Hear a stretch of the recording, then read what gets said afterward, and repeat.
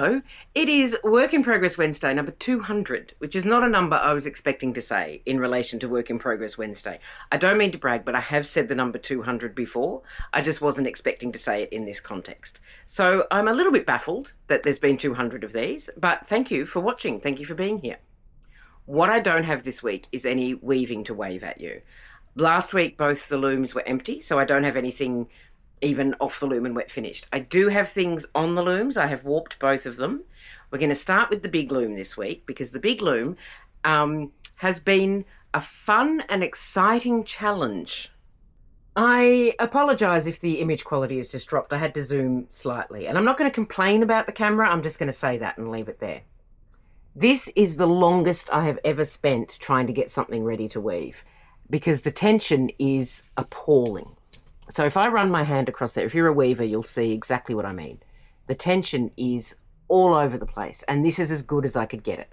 I tried maybe 12 or 13 times. I had to undo it, redo a section, start again, and this is as good as it was going to get, and it was at the stage where I was thinking, I'm just going to cut this off and do something else.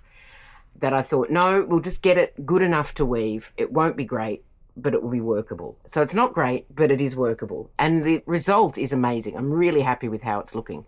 I love how it's looking how I wanted it to, which is exciting for me.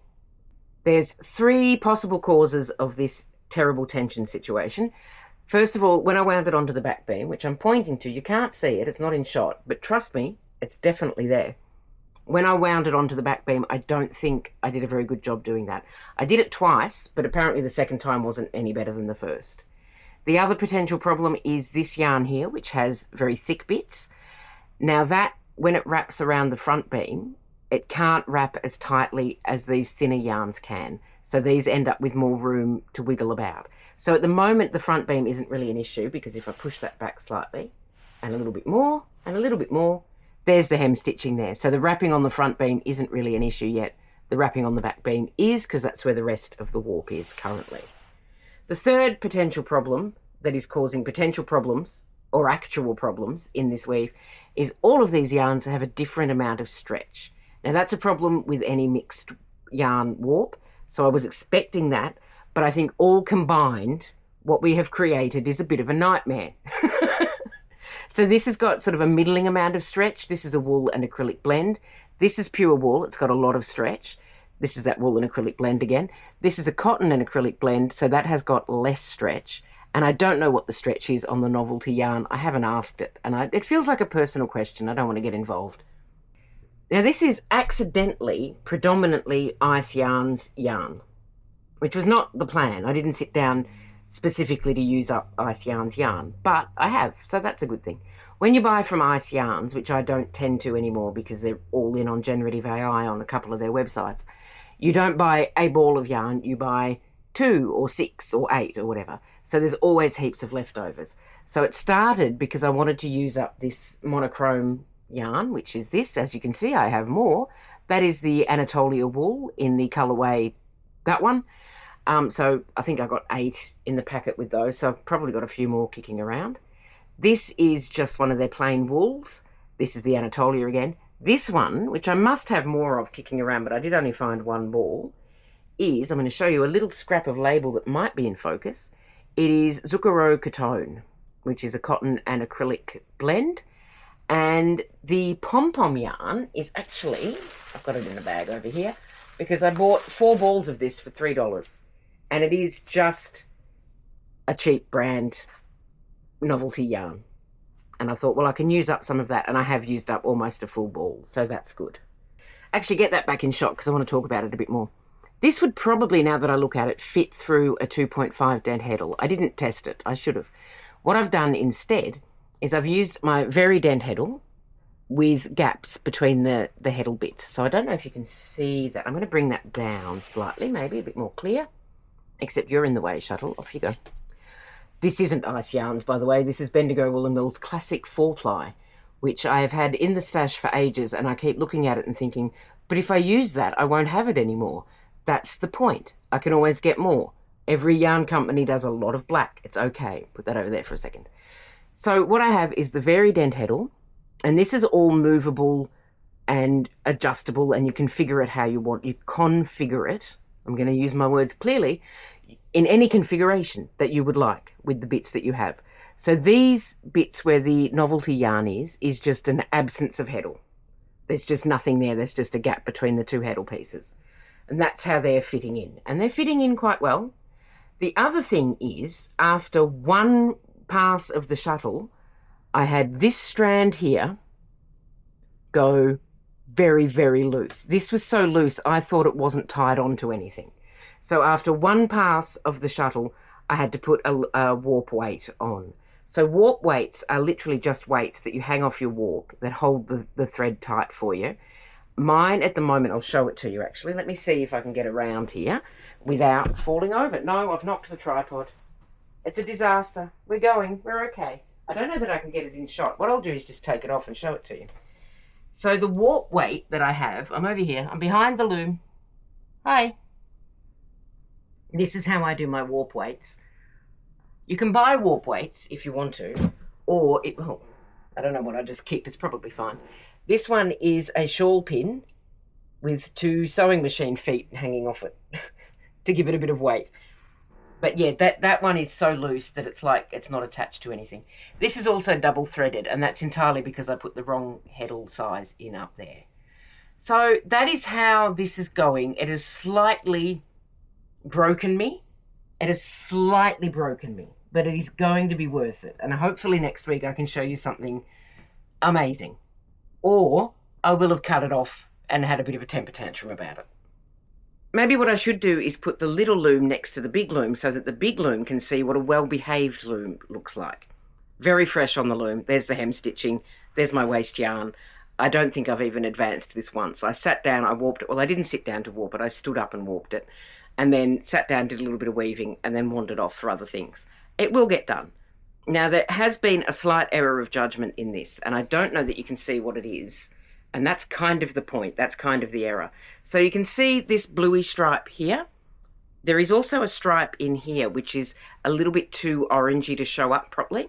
I think it's going to show up better at the other end. It is a colour shifting yarn. I'll show you the shuttle. It's a colour shifting yarn. I held it up to the phone again. I'm so sorry. It's a colour shifting yarn, so it does shift into that blue and green. And I think it shifts out of this orange into other colours at the other end, but we'll find out. I probably should have done both the stripes in the blue. So this is a stash buster. This is Bendigo Woollen Mills Prism in the colourway Rainforest. And this is the leftover orange from the clasped warp I did a couple of weeks ago. So this is Heirloom Merino Fleck 8-ply in the colourway, whatever colour this is. It's a plain weave, so I've got it mostly warped up with the orange, and then I've got that stripe there of the prism, and then one there that you can't really see. Just a plain weave, shouldn't take too long. I think it's going to work up quite well, and there should be some nice bloom on this that will show the colours really well when it's washed. But that's a long way off because that's the very beginning, and then I've got to get through all of these, and then I'll be at the end. Is that showing up any better on the back beam? I don't know. Maybe, I was going to say maybe I should unweave and start again, but after the big loom, I don't want to do that. We're just going to run with it. So that's how the little loom's looking. And last night, hang on, I'll be back. I'll be back. Just a second. Here I am. Hello. Last night, I decided that it was time to print the postcards that I was talking about last week. I've had them sort of hanging over my head, not literally. But you know when you've got something you want to do but you can't get the time to do it? I kept thinking I need a clear afternoon to do that, and I never had a clear afternoon because work expects me to turn up, like really often. They're obsessed with me. And then I've just got house stuff to do and all the rest of it because I'm an adult, which is tedious. And so I thought last night, when the house was quiet, dishes done, kitchen reset, house sorted, I would do the printing. I did think I would be up until about 2 o'clock in the morning, and it turns out it only took me an hour. So I was making a lot of fuss over an hour's work. But what I have is a big wodge of there we go, World Postcard Day postcards. So last week I was talking about whether or not I was going to cut this postcard word out. Cut this word out. I didn't need the word postcard in there. This is me editing on the fly. And I pondered not doing it. I did do it, as you can see. I pondered not doing it. I thought what I could do is print the top in blue and the bottom in red. To do that, you can do it. It's easy. You just put the ink, the red ink on the bottom and the blue ink on the top. You have to be fairly precise with your ink placement. And I know myself well enough to know I wasn't going to be that precise, which meant that this would all turn purple, which is fine. Purple's a beautiful colour, but I didn't want it to be purple. So what I did was, I'm going to show you this and then I'm going to get ink on my hands because I haven't washed it. Hello, I keep talking to you when I'm down there. I'm going to get ink on my hands because I haven't washed these. You should wash your plates after you've printed if you're going to use them again. I'm not going to use these again, so I didn't bother to wash them. So as you can see, I've cut the word postcard out. Can you see that? No, you can't because my hand's in the way. Hang on. Let me just do this in a way that doesn't get ink everywhere. So there's the word postcard and there's the rest of it. So I thought about it for a while. I stared at it for a little bit too long and then I just went for it with a craft knife and it worked really well. See, that's still got wet ink in there. So my plan was to do... Hang on, I'll come back. Hang on. Here we are. My plan was to do 20. I've got a few misprints and a few that are a little bit faded. And I've got one that is really, it's done that thing that happens to me a lot because I'm not very careful. And I'll show you that. Put those down for a sec. So you can see on this one, when I printed it, there was a little bit of rubber that had got itself onto the plate. So that didn't print very well. So there's a couple like that. What is that? Never mind. There's a couple like that. And some of the colours are a little bit faded. Like we've got variable print quality on these. Let me show you. I mean, that one's pretty good. So that's pretty good. And then there's a few that are a bit more faded. I did do 26. I had planned to do 20, as I said, but then I had a little bit of blue ink left over. And my mother taught me, because she was a printmaker, my mother taught me, don't waste ink. So I just kept going until the ink ran out, which does mean that a couple of them are a little bit less pigmented, I suppose, a little bit less bright. It's all fine. So those are going, oh, that's got a little bit of red splotch at the bottom that it shouldn't have. That's all right, they're all unique. So those are going somewhere safe that I won't lose them before October the 1st when I'm going to send them. I'm going to put them in a safe place. I am sort of quietly creeping out of frame while I think about that. Hang on. Okay, and now I'm creeping back into frame. Hello. So last but not least is a tiny little bit of progress on Bertie Bird. So I've done just a little bit on Bertie this week. I haven't given up on Bertie. I just haven't had the time to really sit down and get stuck in. So I've had just a little bit of time here and there. So I've been working on this flower mostly, filling in all this. So Bertie is definitely on the way to being finished, but I don't know when that might be. And that is all I have for you this week. Thank you so much for watching. You take care of yourself. Have a lovely rest of your week, and I will see you next time. Bye for now.